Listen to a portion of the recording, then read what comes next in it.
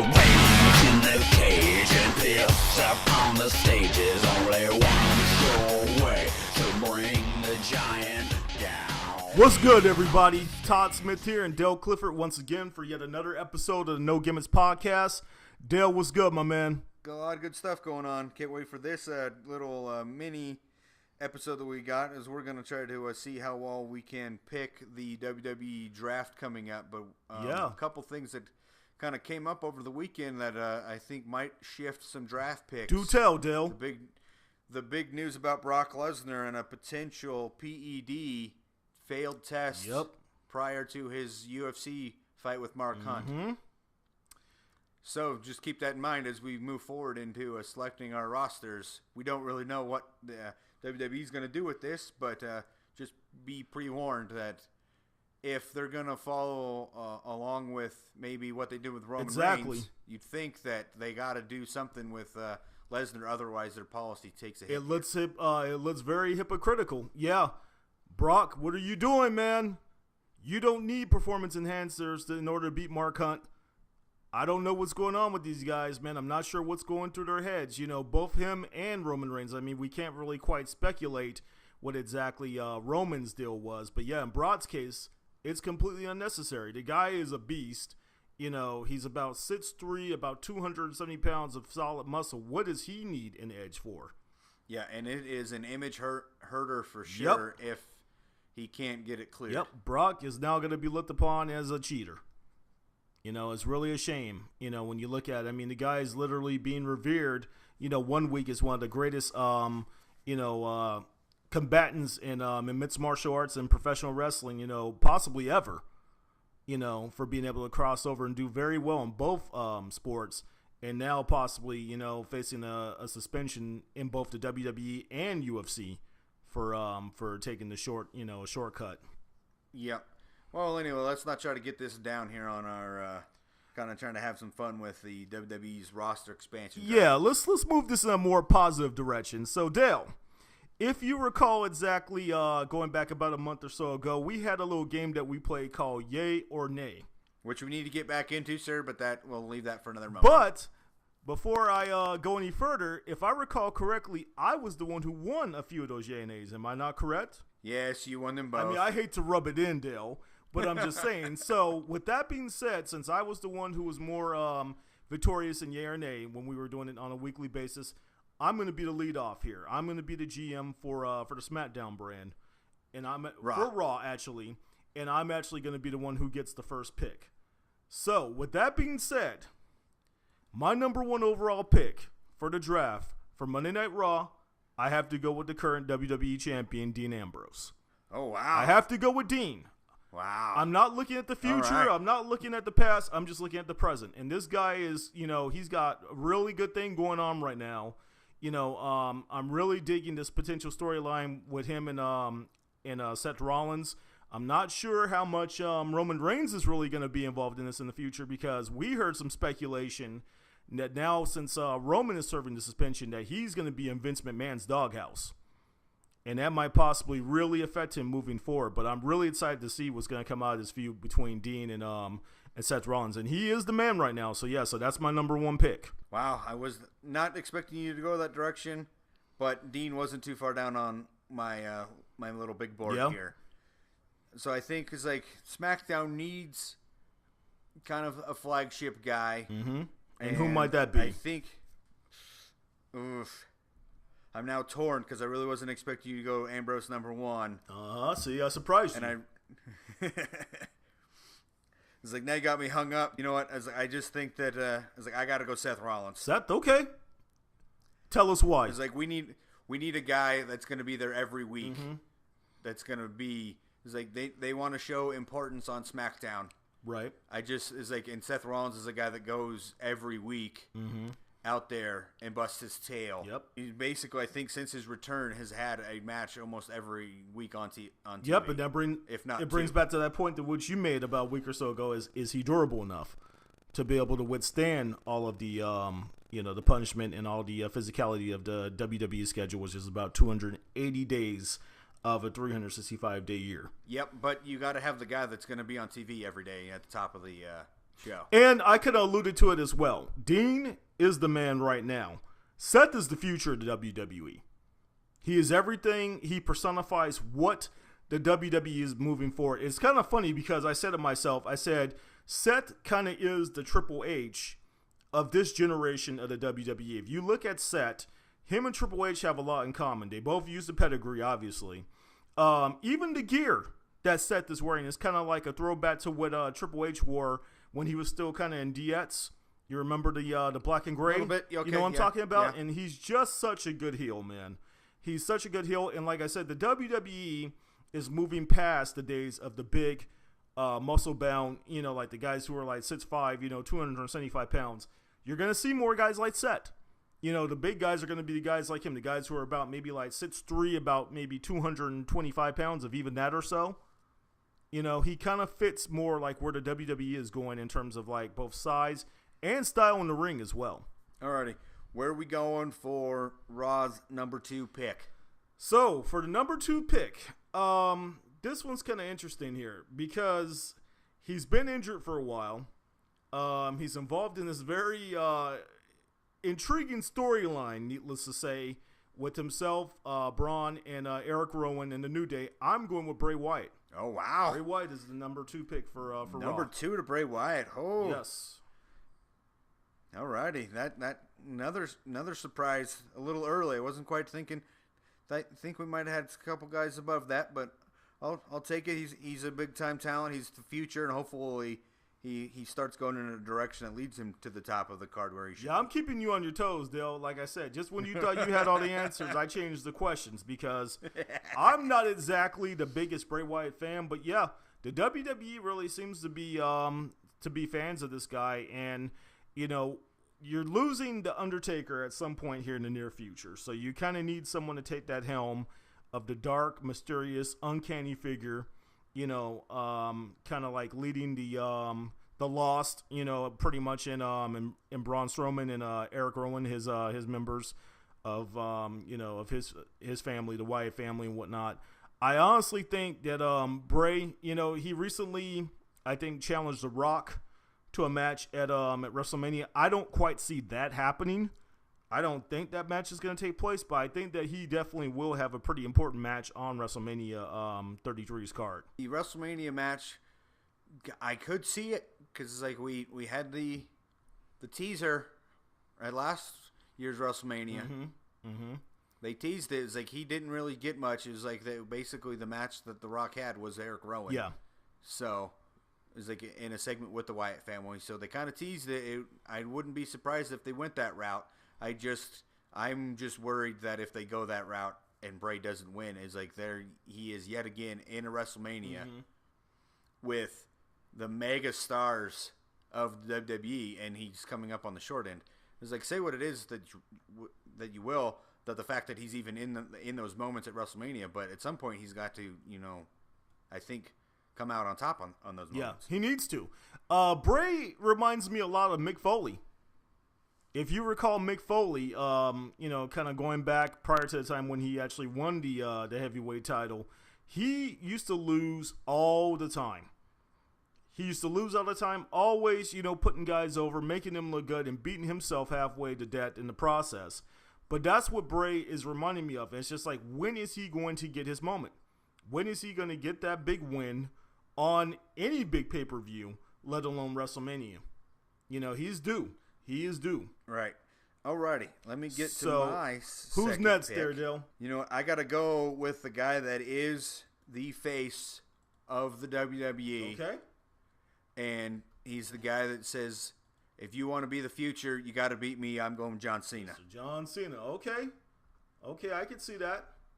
And John just came back, not too long ago from injury. He's got this interesting storyline going on right now with the club, which I'm absolutely digging, by the way, how the club is just continually to mock him and whatnot. He had the little surprise, show up in appearance on this past Monday's Raw out there in Detroit, because there was some speculation that he wasn't there as he was practicing for the ESPYs, which he hosted, and he absolutely killed, by the way. Oh yeah, fantastic job on the ESPYs. John is a very talented guy, man. Multifaceted. Became a bigger fan of John Cena with his work at the SBs and a couple other things that he's done. Mm-hmm.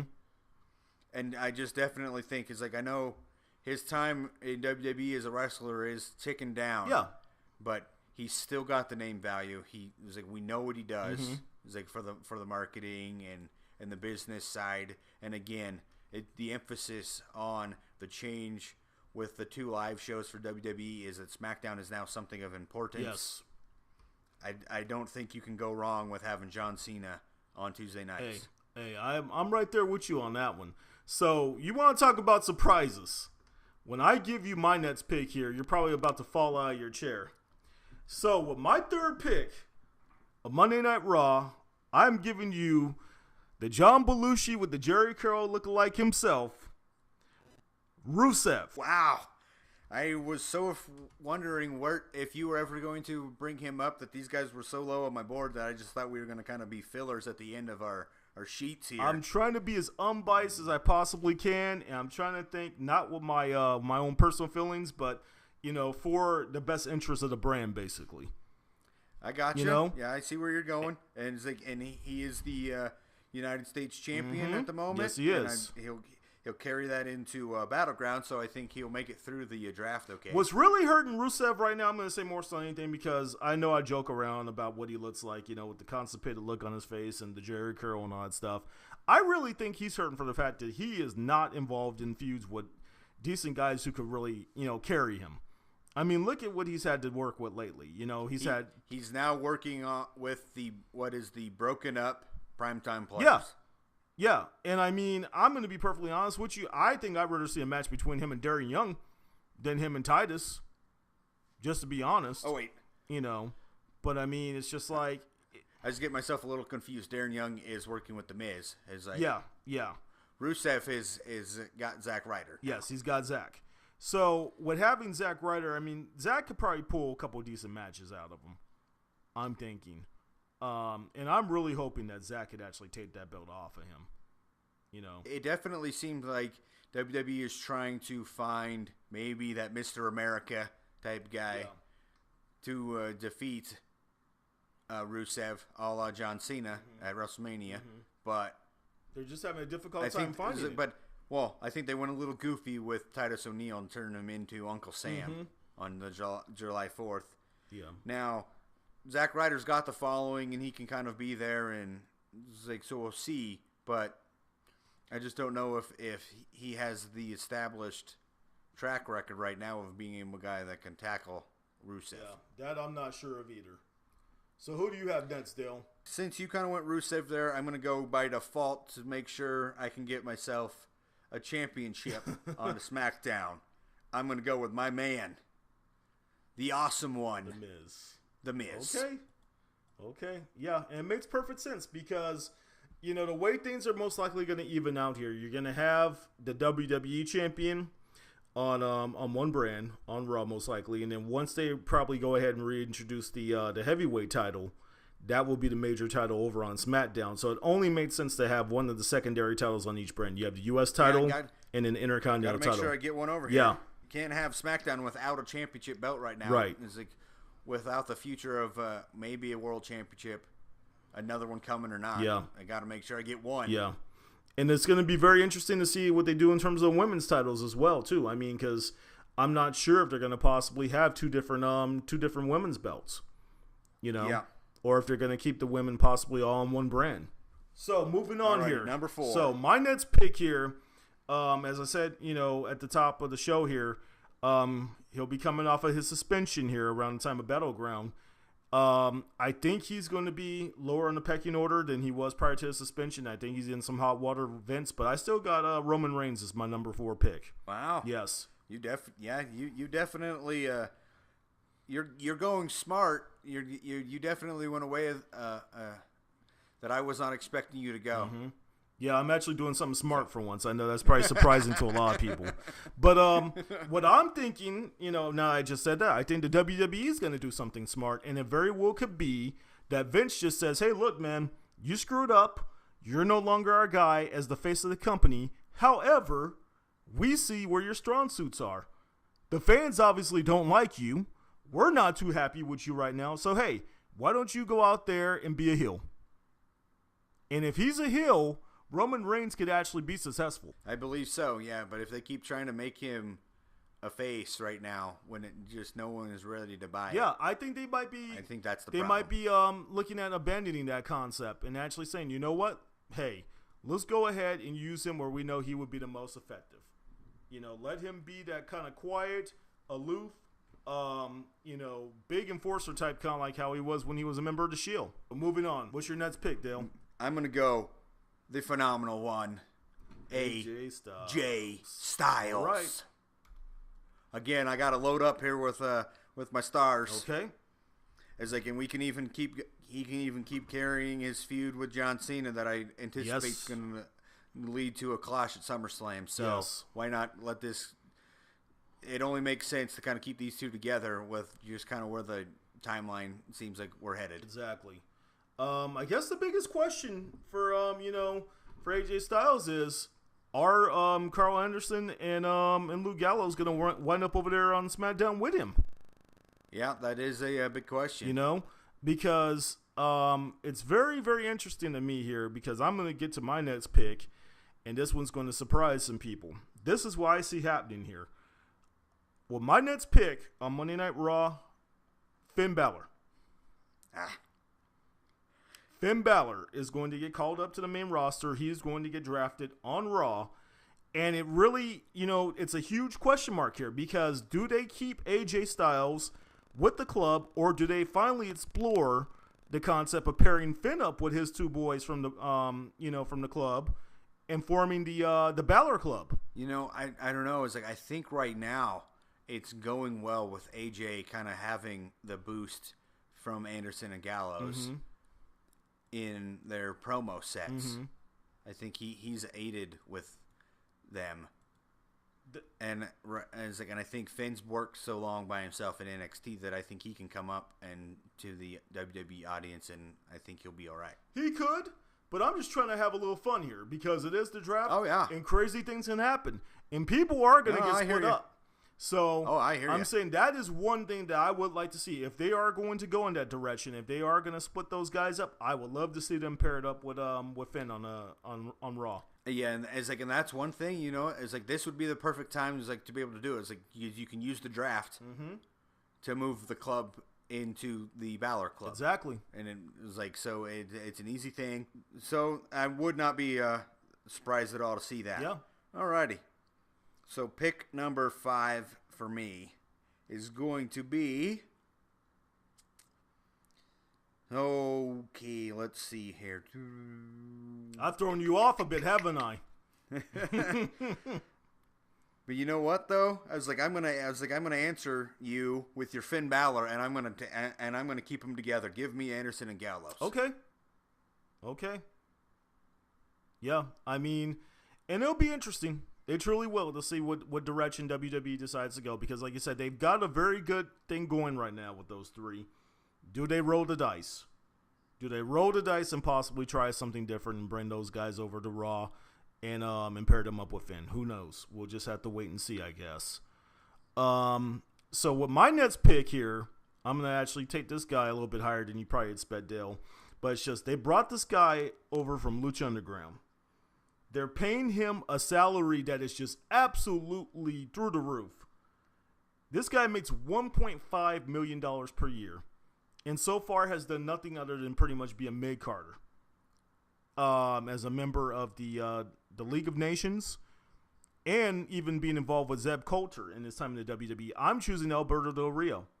Little surprised, but when I was kind of putting my board together, I had him low and then realized that, he needs to be higher because of the money he's being paid. WWE is going to want him to be on TV, be some guy that's going to try to generate an audience for them.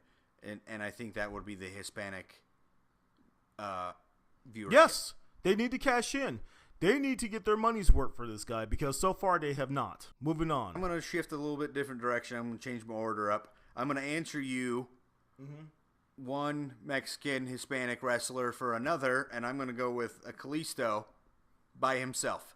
You know what? It's hilarious, because I had the Lucha Dragon splitting up too. I did.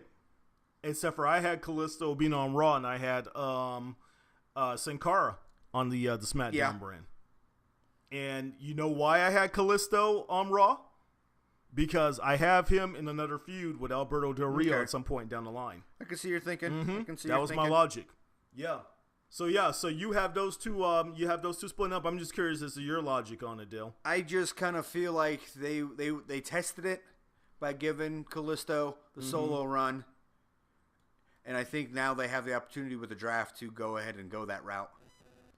But Kalisto, I think, will be fine as the singles guy. Sin Cara, I think, needed the Lucha Dragons tag team to kind of reestablish himself. So I don't know what he will be, if in terms of a solo guy going forward. But yeah, I was just ready to move with Kalisto going forward as a solo guy, being that new Rey Mysterio and getting to go out on his own. All right, gotcha. So with my next pick, I got to go with Kevin Owens. I'm gonna have Kevin Owens on Raw, and I think Kevin Owens is one of those guys who just needs to stay on the flagship show. I just don't think they need to move him over to the SmackDown brand. I think they need to keep him on Raw, keep him, on the bigger show that they have there. And I just think that there's some bigger things to come for this guy down the line. This feud with Zayn, I think, is probably going to carry him through the summer, probably through SummerSlam. And I think at some point he is going to get a push towards the WWE title, not the World Heavyweight title, which most likely will wind up on SmackDown. I don't know. I was kind of thinking that the draft could be the opportunity to be able to split these guys up. But You think so? And in the I feud think between so. him and Zayn? But then again, I also see your point in I think we're going to carry some of this stuff that we're seeing at Battleground in through SummerSlam. So it's just interesting. It's like that's why the placement of this draft around two pay-per-views, it's like Battleground and then SummerSlam, is just so confusing. Yeah. It makes I said things the very same hard exact because you're thing. like, well, we have feuds going into Battleground 5 days later. Are we just going to call them Exactly. good at Battleground? And then we reset after going into SummerSlam with some stuff? Yeah, that could be the strategy, though. That very well could be it, where WWE almost kind of said, you know what, hey, we're going to look at Battleground kind of like as a show that's just going to almost kind of help us, serve as like kind of a transitional period into the biggest show of the summer and one of the 4 major pay-per-views on the WWE But man, it really calendar. shortens your time to build up SummerSlam. It does. It truly does. I don't know if I agree with the strategy either. I'm going to go. I kind of had a split coming of Owens and Zayn, but I'm gonna leave him on the board for now. I'm gonna shift it up. I'm gonna throw a major curveball Okay. at number 7. The Game, Triple H. Really? Please do explain, Dale. So hear me out. He signed a 3-year extension as a performer. Okay. We have not seen him on television. Stephanie McMahon was the named person in charge of Monday Night Raw. Okay. Shane McMahon was named on SmackDown. So obviously, we can put him on SmackDown. He's going to have immediate issues with Shane McMahon. Yes, he is. You have the soft connection to Seth Rollins and the Battle of the Pedigree. Dale, keep going. I like where you're going with this. So I just feel like there are opportunities there for Triple Yes. H on SmackDown. It's like, you know that he's going to be, you can have the guy who's not going to like the authority figure in Shane McMahon, and you can have Shane who's out to get Triple H. I on like his it, Dale. show. I like it. And I'm going to be perfectly honest with you when I say this. I actually had a mock draft set up of 40 different wrestlers between the men on the main roster, the women on the main roster, and also some folks from NXT. I actually did not have Triple H on my draft board. Yeah. Yeah, he kind of only crossed my mind a little bit because we haven't seen him on TV. He extended a 3-year performance contract. Okay. So I feel like maybe they're going to try to get a little bit more extra legs out of him with this now boosted importance on SmackDown. He's a huge name. He knows how to work. He knows how to sell when he's in the ring. And it made sense too, because Triple H, he's had his share of injuries in the past as well.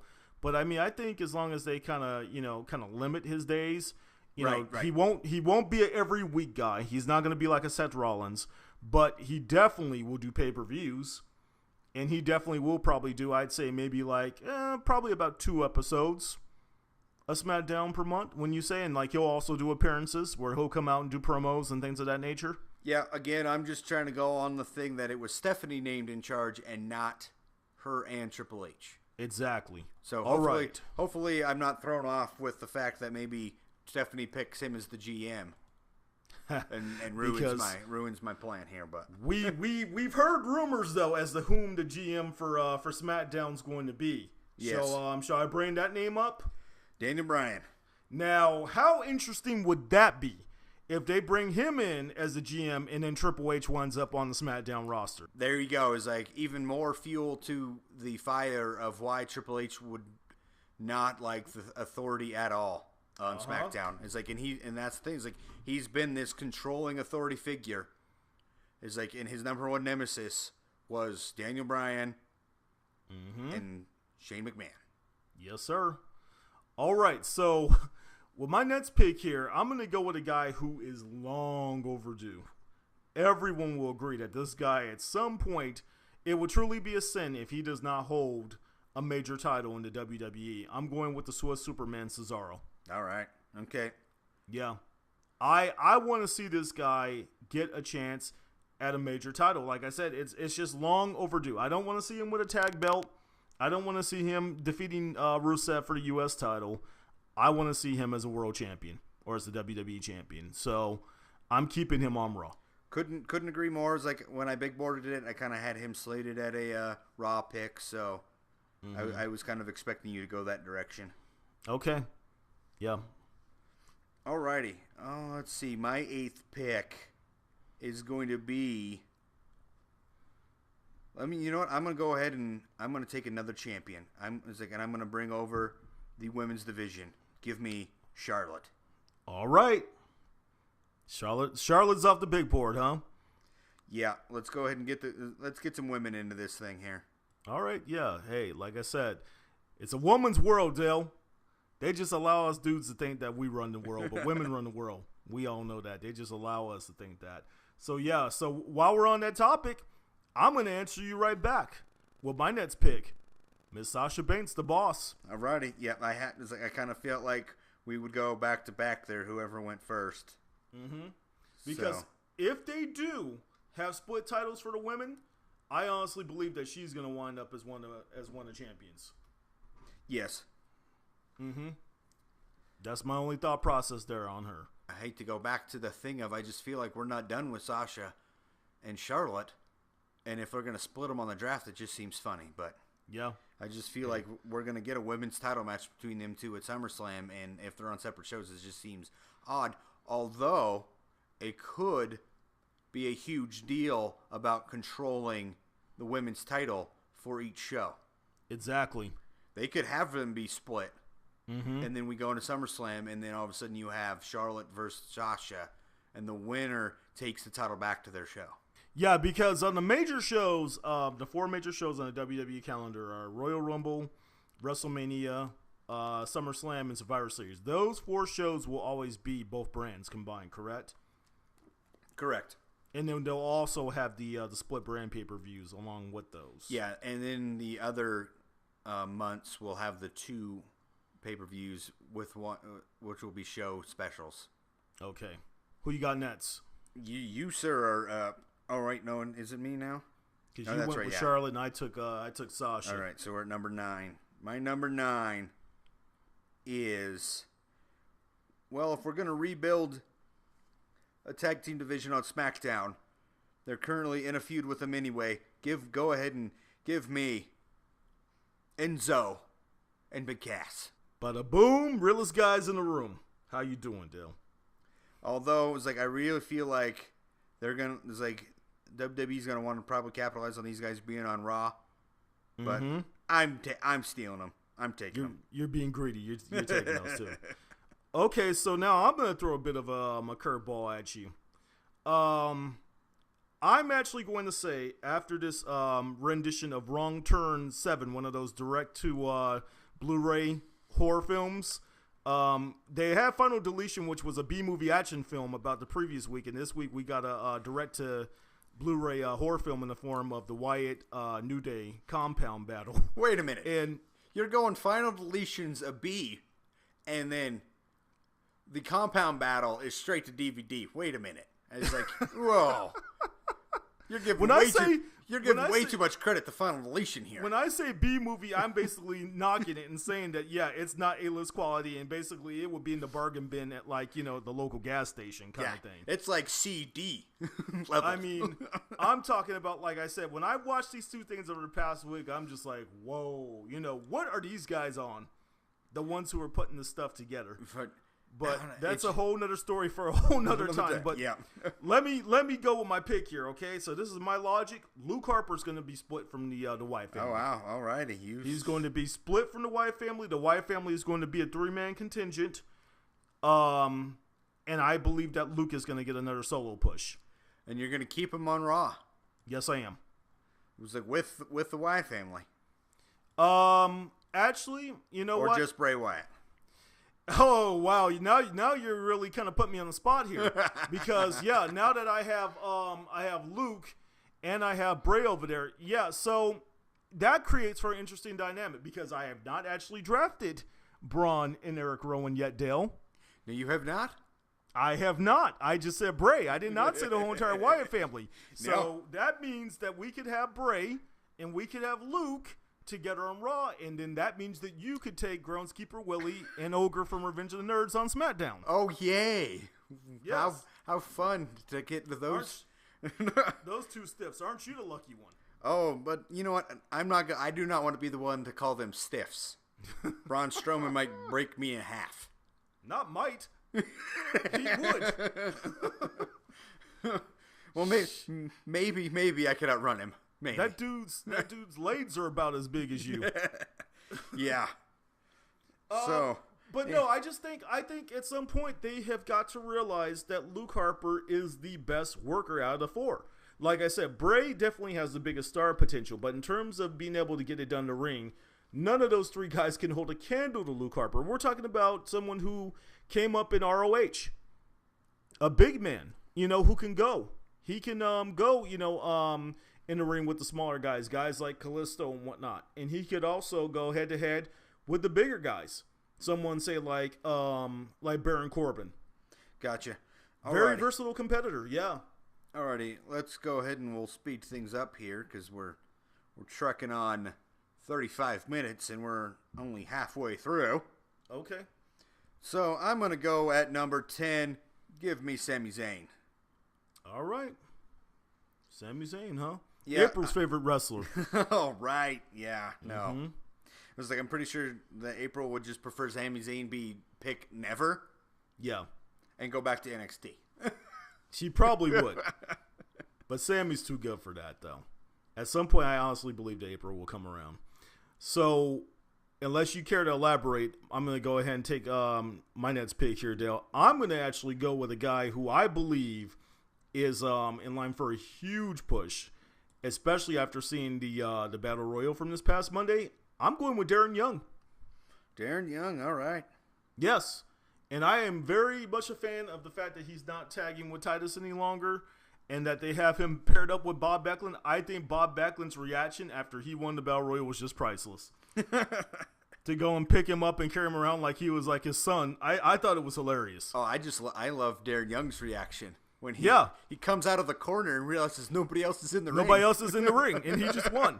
And it cracked me up too because like I kind of turned my eyes away from the from the screen for a second, and I did not realize that Darren Young was in the ring. And you know why I thought it happened? I thought we were going to see a finish similar to when Luger and Bret Hart were in the Royal Rumble several years ago. I want to say it was before maybe like WrestleMania 10 or something like that. And I thought that it was Corbin and Apollo Crews, right, that went over at the same time? Right, yes. I thought that Apollo Crews actually had touched the ground after Corbin, not realizing that Darren Young was in the ring. I thought Apollo Crews had won. Okay. And then so when they flashed back to the ring and Darren Young is in there, I was like, oh, Darren Young just won. Yeah. So Now, I will say, just quick thought on that. I was a little disappointed that he finally made his return back to the ring, and he was thrown immediately into a battle royal with no entrance. He was just there. I kind of compared it to, obviously, one of the guys that was at the tail end there, Baron Corbin, who made his main roster debut in the Battle Royal at WrestleMania, and he went on to win, and I just kind of compared the two. Yeah, very similar. So who are you going with next, Dale? Alrighty. Next, number 11.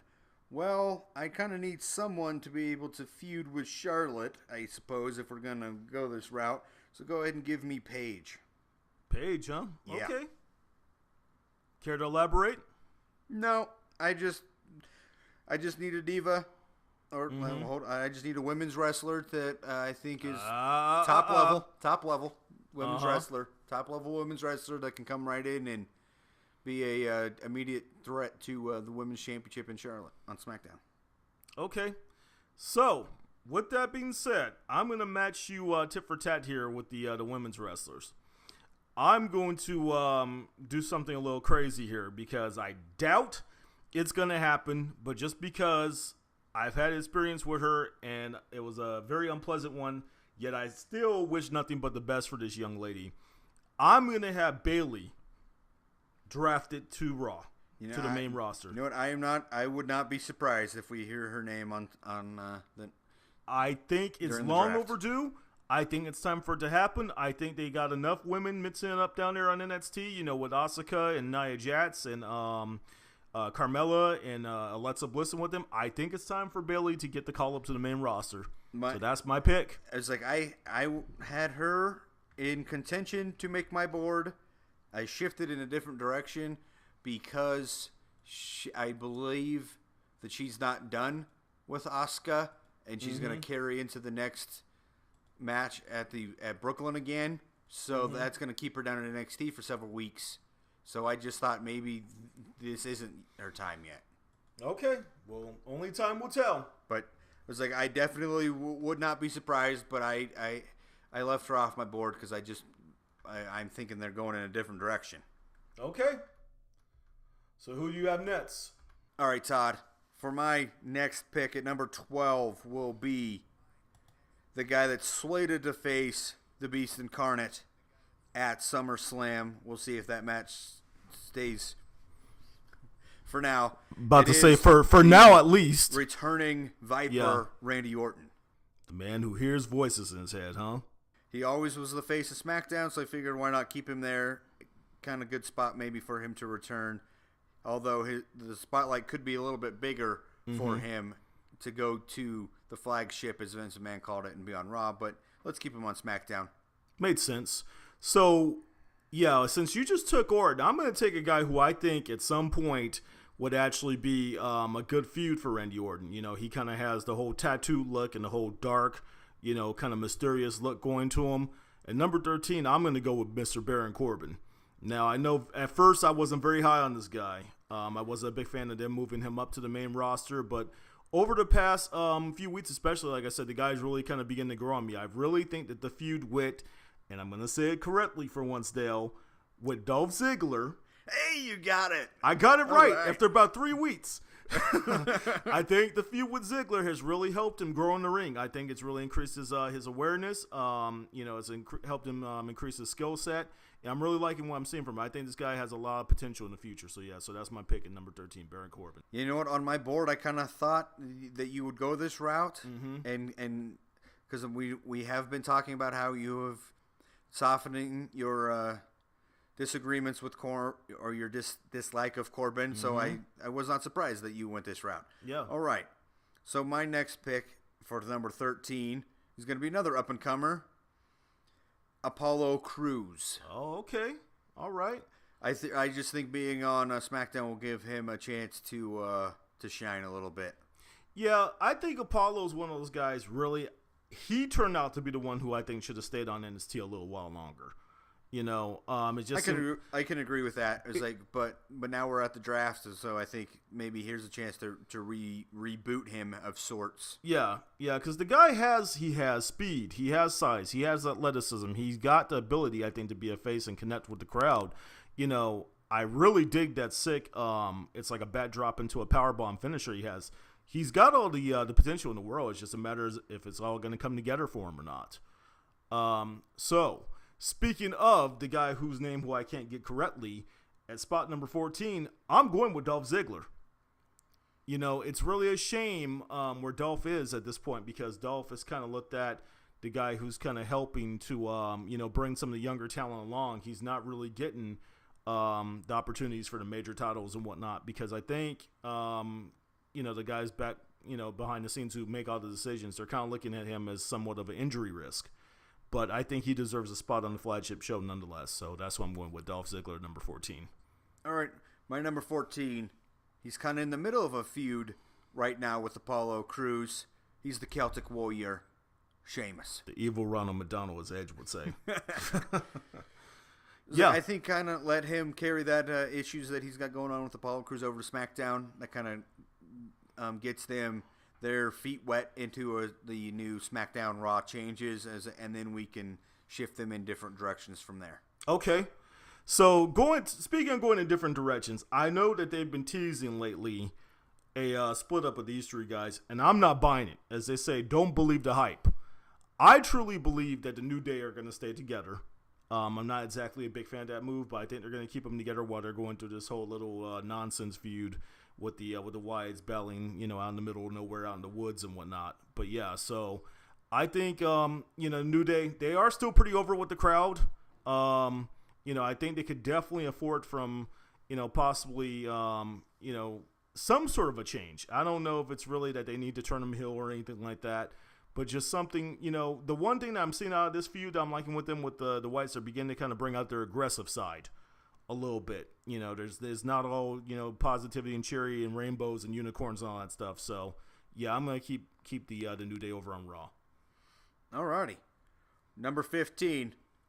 This is the reason why I was kind of going back and forth on Bayley, because my decision is going to be that it's not Bayley that's coming up, it's Nia Jax. Ooh. Okay. Please. Going out on a limb here. Yeah, elaborate. I understand it's like that if she moves off NXT, it's like we kind of lose that monster female character on NXT, and we really don't have any strong heels. But I'm just kind of thinking maybe WWE sees that she can be that awesome dominating force on a SmackDown. Yeah, I mean, I think it is a bit of a long shot, but hey, what the hell?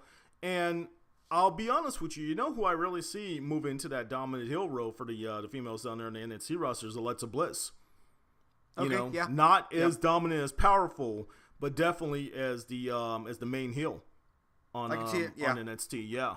So speaking of someone who hasn't been around in quite some time, you took the chance on Randy Orton.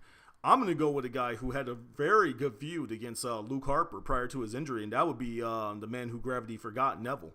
Oh, that's a good pick. That's a good pick right there. Yeah, it would definitely be good to get Neville back on the main roster, because that's the one thing that's been missing. With that slew of injuries that they had recently in the WWE, they're missing his athleticism. They're missing, that guy. He could just hit some of the most insane moves from out of nowhere. I'll never forget when he first came up to the main roster and he hit that 450 off the guardrail into someone during the match. I can't quite remember who it was against, but yeah, he has just got that explosiveness. I hope he didn't lose any of that with the injury that happened to him recently. But yeah, that's my pick at number 16, Neville.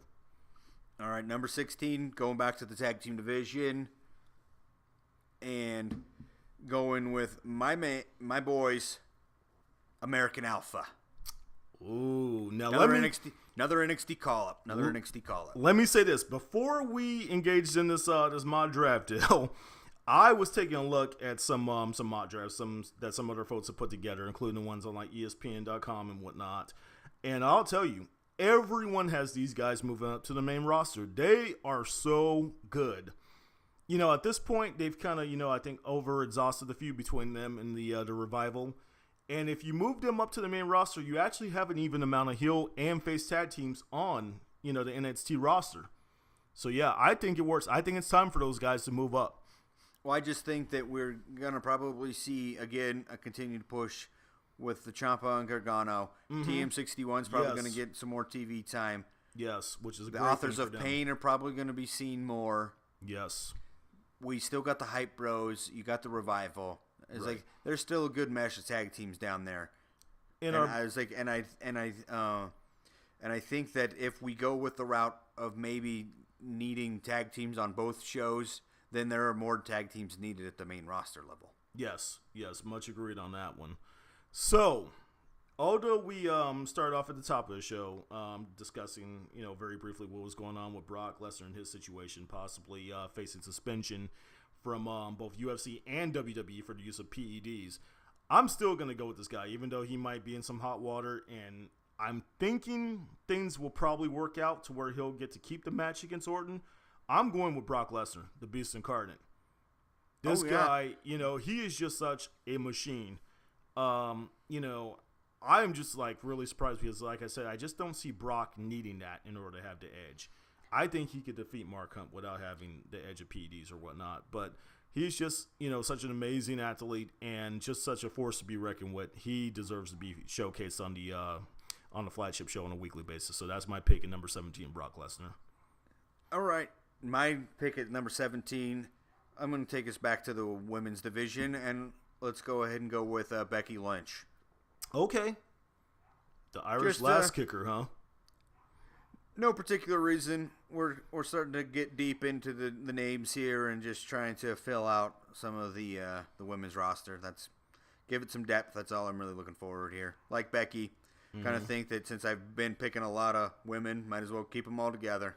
Well, don't be too sure about that, Dale, because I got to have this lovely lady on my roster. At number 18, I'm going with the first lady of the Hart family, or I guess you could say the Hart family, Natalya. I'm taking Natalya. You talk about someone who just, it seems like no matter how much they, kind of try to push her, it's almost always a tease. They never let her get the title. They never really let her get the opportunity that she should have.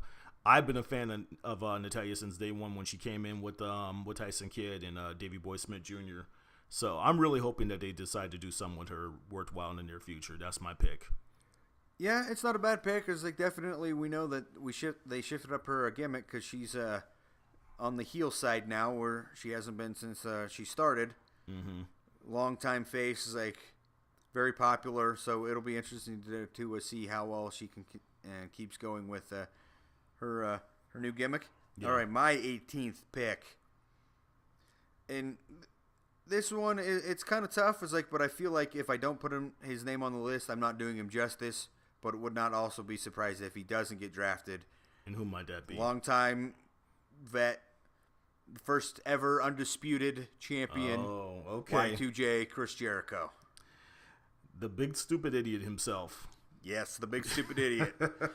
I just feel like if someone's going to get drafted, he's got the name recognition to be drafted. Yes. Got to have him on the board. But then again, like I said, not surprised if he doesn't get drafted. It just means that he's run his course on his little run here with WWE that he likes to take off the summers for. And no disrespect there to Chris Jericho. I mean, respect what the dude's done in the business. And he has been around for quite some time. I've been watching Jericho for years. Like I said, before he even came into WCW, I watched some of his stuff back in ECW when he was still known as the Lionheart, Chris Jericho. And that was some of my favorite work of his, some of the stuff he did earlier on in his career. So, yeah, he is a seasoned vet, true and true, and it's good to have him around when he's around and he's not the lead singer of Fozzy. So you want a curveball, Dale? I'm gonna throw a curveball in your direction here. At number 19, I'm gonna go with a tag team that I recently have kind of begun to like, the Golden Truth. Get out. You know what? I'm not that surprised. Feel me if you can tell me and say, what's up, Dale? Yeah. What's up? Just like Baron Corbin, I kind of felt like I've been seeing that you've kind of followed the light, the gold light, we'll call it. Yes. The solid gold light. Was like with these two and have kind of hopped on board with them. So not really surprised that you had them on your board. I'm digging the finisher. That's the main reason why. Like I said, I'm digging the finisher and the constant complaining on my behalf that he has not changed the lyrics to that rap song. And like I said, well over about a decade at this point, it actually kind of gives me, some sort of a good feeling that maybe somebody from WWE is listening to our podcast. And they actually had him change up his song. And like I said, that finisher, the solid gold, that is sweet. It's kind of like a power bomb into like kind of a sit out slam. Yeah, I'm digging those guys right now. I think there's some chance that they might actually get some sort of a push and eventually get the tag team titles even. Well, I just feel like they aren't going to be split up, even though we know that tag teams might. Yeah. I just feel like they're not going to be one of them because WWE has invested way too much time in trying to get them to be the golden truth. Several months. To all of a sudden just end it at the draft to me seems a little bit silly. Mm-hmm. So I definitely, and also I would expect them to be on the draft nights of Raw or SmackDown just because of all the invested time into them. How can they not end up being drafted? Agreed. All right, my 19th pick, and as I just said, some tag teams might get split up. I'm going to split one up. Yes. Because their return as a tag team has not worked out well. And who might that be? So I'm going to go ahead and take Bubba from Devon. Okay. And Bubba's going to go out on his own. This wouldn't be too big of a surprise because of what you just said. And not only that, this would actually be the second time that the draft has split these two guys up. And it's kind of funny. I have this thought running through my head here. Bubba can definitely hold his own as a solo competitor. It's a shame he never got the gold. We saw what his work in Impact Wrestling was very good as a solo guy. So very strong as Bully Ray. Now, Devon, on the other hand, leaves much to be desired. However, we got to look at this, in the most positive light that we possibly can. Just think about the fact that when Devon broke off and he actually became Reverend Devon back in the day, whose career did he help jumpstart as his deacon? That would be Batista. So who knows? Maybe he's more suited for that role. Kind of like as a manager or something like that, or kind of like a mentor to one of the younger guys. Could work. Could very well be the thing. Is like because he can carry himself pretty good on the mics. Like both Dudley boys know how to work the mics. I would give the edge to Bubba more, and definitely Bubba more in terms of being a singles wrestler. But yeah, if you could pin Devon with someone, a young up-and-comer, I think that would work. How you like this one? Devon gets paired up with someone like Corbin. Okay, yeah. He had the whole Aces and Eights thing going over there in Impact. Maybe, but it's like then Baron's no longer a lone wolf at that point. But yeah, true. But yeah, all right. Only time will tell. We got one pick each here, Todd. All right, so with my final pick, I'm going to surprise everyone once again. I'm going to get this guy's name right. Zack Ryder. And yes, I'm actually referring to the guy from Long Island. And I'm not mixing him up with Dolph Ziggler. Yeah, it's about time. Yeah, I know, right? Woo. You know it. This dude here, like I said, he is just so long overdue for a big opportunity. Like I said, he got the IC title at that show we choose not to talk about here on the No Gimmicks podcast. And it was taken from him the very next night. He gets squashed one week. And the next week, it seems like he's facing Rusev for the U.S. title. Please, just do something with this guy. Give him a chance. Because Zach, he's talented. The guy's got a great look. He really connects with the crowd. And Zach is a vet. He's been around for years. I remember watching him and, Kurt Hawkins when they used to tag back in WWE's version of ECW. And when he was one of the Edge heads with Edge. The guy's got some personality and whatnot. I think just give him a chance. And I think he probably wouldn't disappoint. So that's my pick for number 20. All right, my 20th pick. I also just feel like so many picks left that you could make here, but I just feel like if I don't include this one, I'm not quite doing them justice for how long they were the top tag team on the scene. I got to go with the Brothers Uso. Okay, Usos. Yeah, you can't leave them off. I just feel like they can't be left off. It's like if we're going to have all these tag teams, like we got to have the guys that kind of carried the division for a good year. to there. And they lost some momentum when, correct me if I'm wrong here, Dale, but I'm on a roll, so I think I'm going to get this right, when it was Jay who was hurt. Am I correct? Oh, no, I want to say it's Jimmy. But it was Jimmy? It was like, that was all the way back in WrestleMania 31, so that's a couple years now. It's kind of fogged my memory a little bit, but I want to say it was Jimmy that got hurt. Okay, let's just say it was. One of them got hurt. We know that much for sure. Yep. They are twins, so they are kind of hard to keep a track of. But and it slowed their momentum. Yes, exactly. That's my point. It really began to slow their momentum down. One of them kind of was doing commentary for a while there and everything. They kind of, took a step back. But no, these guys are very talented. They are very talented. They could high fly. They're quick in the ring. They could do, some pretty solid stuff out there. They could even brawl and mix it up a little bit. No, the Usos are a solid tag team, and it definitely would be a shame to see them get left off of the draft. So, yeah, I think they definitely deserve a spot over there as Smackdown. So, we each got 20 picks apiece, and that concludes our WWE mock draft. So, it'll be interesting to see, once the draft takes place this upcoming Tuesday, how what Dale and I came up with matches up with what the WWE actually chooses to do. Yeah, I'm hoping we're pretty close, but I think we took some long shots on a couple of these things. Without question. It'll be interesting to see, especially with some of the ones who we have coming up from NXT and whatnot. But we were just trying to have fun with this, and see if we could make the calls that we would hope WWE would make. But again, I think a couple of them might be a couple stretches, but nonetheless, I think we both did pretty good. I think we kind of nailed the top end of the draft. Well, Dale, for sure, it's been very good drafting alongside you, my man. As you know, like I said, Dale and I, we could do this literally all night long. This is what we do. We love professional wrestling. We love discussing it and whatnot, and supplying good content for our viewers on a weekly basis here. So please feel free to stop by our YouTube page and subscribe to us. Also, like us on Facebook. Follow us on Twitter, and also look out for my LinkedIn updates that I do usually on Monday afternoons each week. So, for my boy Dale, the GM of Smackdown out there in Fernley, Nevada, and myself, Todd Smith, here in Bristol, Connecticut, the Raw GM, I say thanks for tuning into this episode of No Gimmicks Podcast. Until next time around, y'all take care.